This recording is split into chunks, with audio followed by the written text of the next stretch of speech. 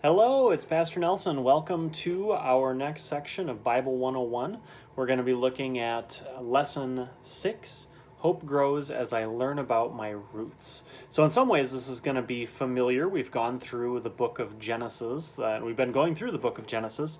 We're going to look again at Genesis 1, beginning at verse 1 through 2 verse 3. So first chapter of Genesis, and just right at the beginning of the Bible. Now, today, the aspect we're going to look at is creation and how God the Father created this world and how he continues to preserve the world.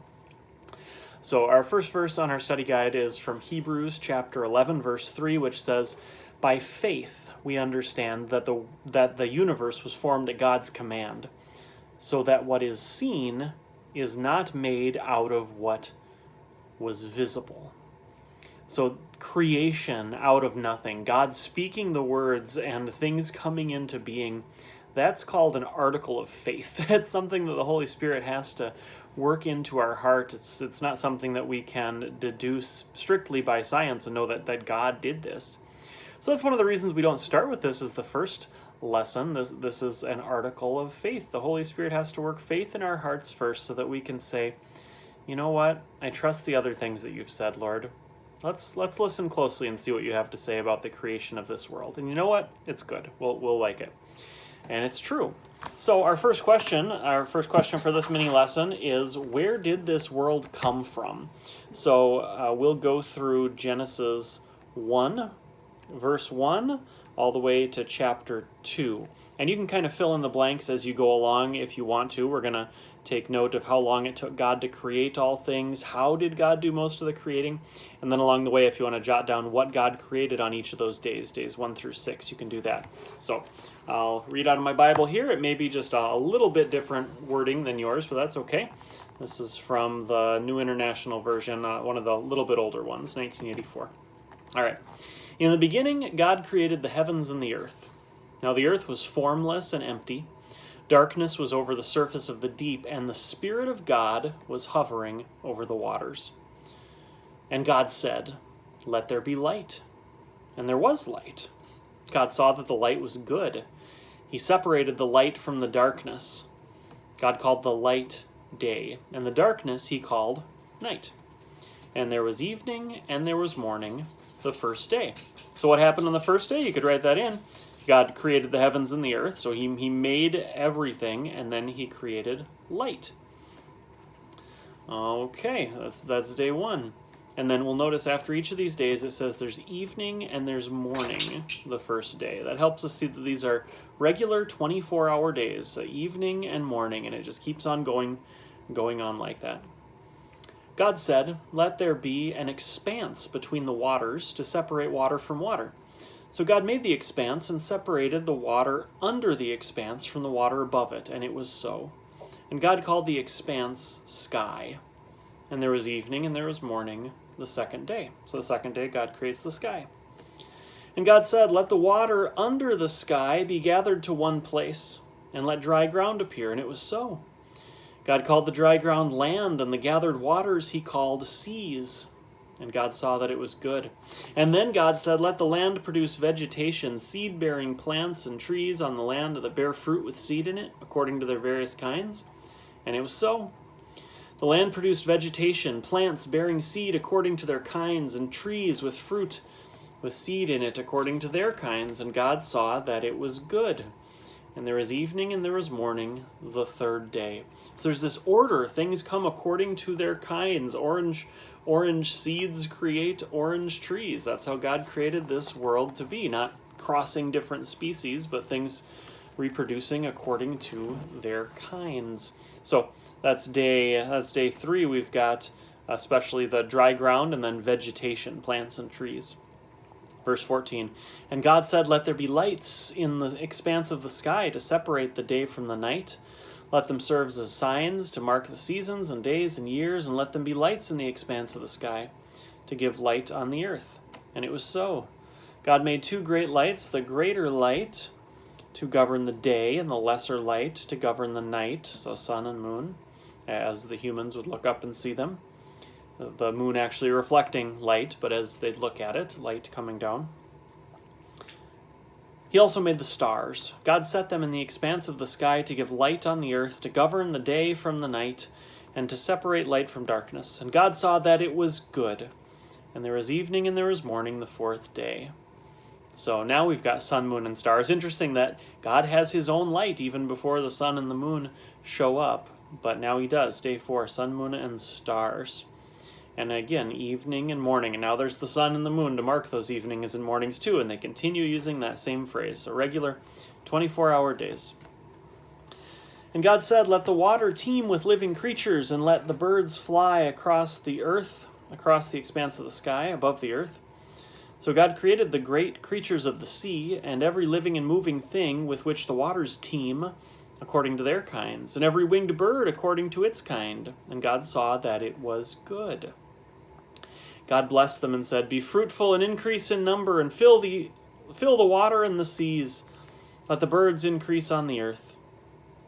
And there was evening and there was morning, the fifth day. And you also notice that every day God says, "And it was good." Everything he made was good. It was perfect. It was wonderful. Verse 24, and God said, "Let the land produce living creatures according to their kinds, livestock, creatures that move along the ground, and wild animals according to its kind." And it was so. And God made the wild animals according to their kind, the livestock according to their kind, and all the creatures that move along the ground according to their kind. And God saw that it was good. Then God said, "Let us make man in our image, in our likeness. Let them rule over the fish, the sea, and the birds of the air, over the livestock and all the earth, and over all the creatures that move along the ground." We'll pause there for just a second. So far, what has God created? Now, day 6 is land animals. Day 5 was birds and fish. And then we're going to see that God also creates mankind, man and woman. So, let's just take a look at our questions quick. How long did it take God to create all things? Well, I guess we'll see completely in a couple verses, but it's 6 days. And on the 7th day, he's going to rest from his work. There's no more creating after that. Not that he took a nap because he was tired, but now he preserves his creation. How did God do most of the creating? Well, so far he said, "Let there be." God used his powerful word, and his word spoke everything into existence. What did God create on each day? We've gone through that.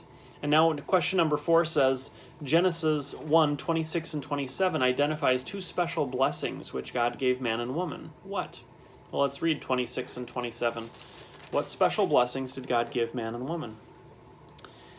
Then God said, "Let us make man in our image, in our likeness, and let them rule over the fish of the sea and the birds of the air, over the livestock and over all the earth, and over all the creatures that move along the ground." So God created man in his own image. In the image of God, he created him. Male and female, he created them. So, what special blessings did God give man and woman? Well, he created them in the image of God, and he gave them the ability to rule over and take care of creation. They were the crown of his creation. They would be God's representatives on earth representing him, and they would have his image. I'll read a little more and then we'll answer these next questions about what is the image of God. God blessed them and said to them, this is man and woman, "Be fruitful and increase in number, fill the earth and subdue it. Rule over or care for the fish of the sea and the birds of the air, and over every living creature that moves along the ground." Then God said, "I give you every seed-bearing plant on the face of the whole earth, and every tree that has fruit with seed in it. They will be yours for food. And to all the beasts of the earth and the birds of the air and the creatures that move along the ground, everything that has the breath of life in it, I also give every green plant for food." And it was so. So it seems like people weren't eating animals at that time, but God gave them wonderful fruits and vegetables for food. God saw all that he had made, and it was very good. And there was evening and there was morning the 6th day. Thus the heavens and the earth were completed in all their vast array. By the 7th day God had finished the work he had been doing. So on the 7th day he rested from his work. And God blessed the 7th day and made it holy, because on it he rested from all the work of creating he had done. All right, so let's circle back quickly to that question of what is the image of God? And that Adam was created in God's image, and Eve too. And then we have this note that says, for help, consider Ephesians 4, verse 24, which says, put on the new self, created to be like God in true righteousness and holiness. So there's this new self, which is created to be like God, in the image of God, and it consists of true righteousness and holiness. In Colossians chapter 3, verse 10, Paul also writes about the new self, the Holy Spirit creating faith in us so that we live as a new person with Christ inside of us. And he equates the new self to something that's being renewed in the image of our Creator. So Adam and Eve will fall into sin and lose the image of God, but it's restored through faith. But Adam and Eve had the image of God. So especially what you'd want to write in there is that God's image is righteousness and holiness, like God. They knew his will and they agreed with it. You can think of people being in perfect alignment with God in their knowledge and their emotions and their will. They knew what God said and they agreed with it. It was perfect. It was wonderful. And that's true. Number 6, what was God's declaration concerning all that he had created? From 1 verse 31, what did he say? After the humans get there, God saw all that he had made, and it was very good. And there was evening and there was morning, the 6th day. Very good. Not just okay, but the way the Hebrew says this, it was perfect. It was excellent, now that the humans are there. So that's the creation of the world. We'll be back for part 2 soon.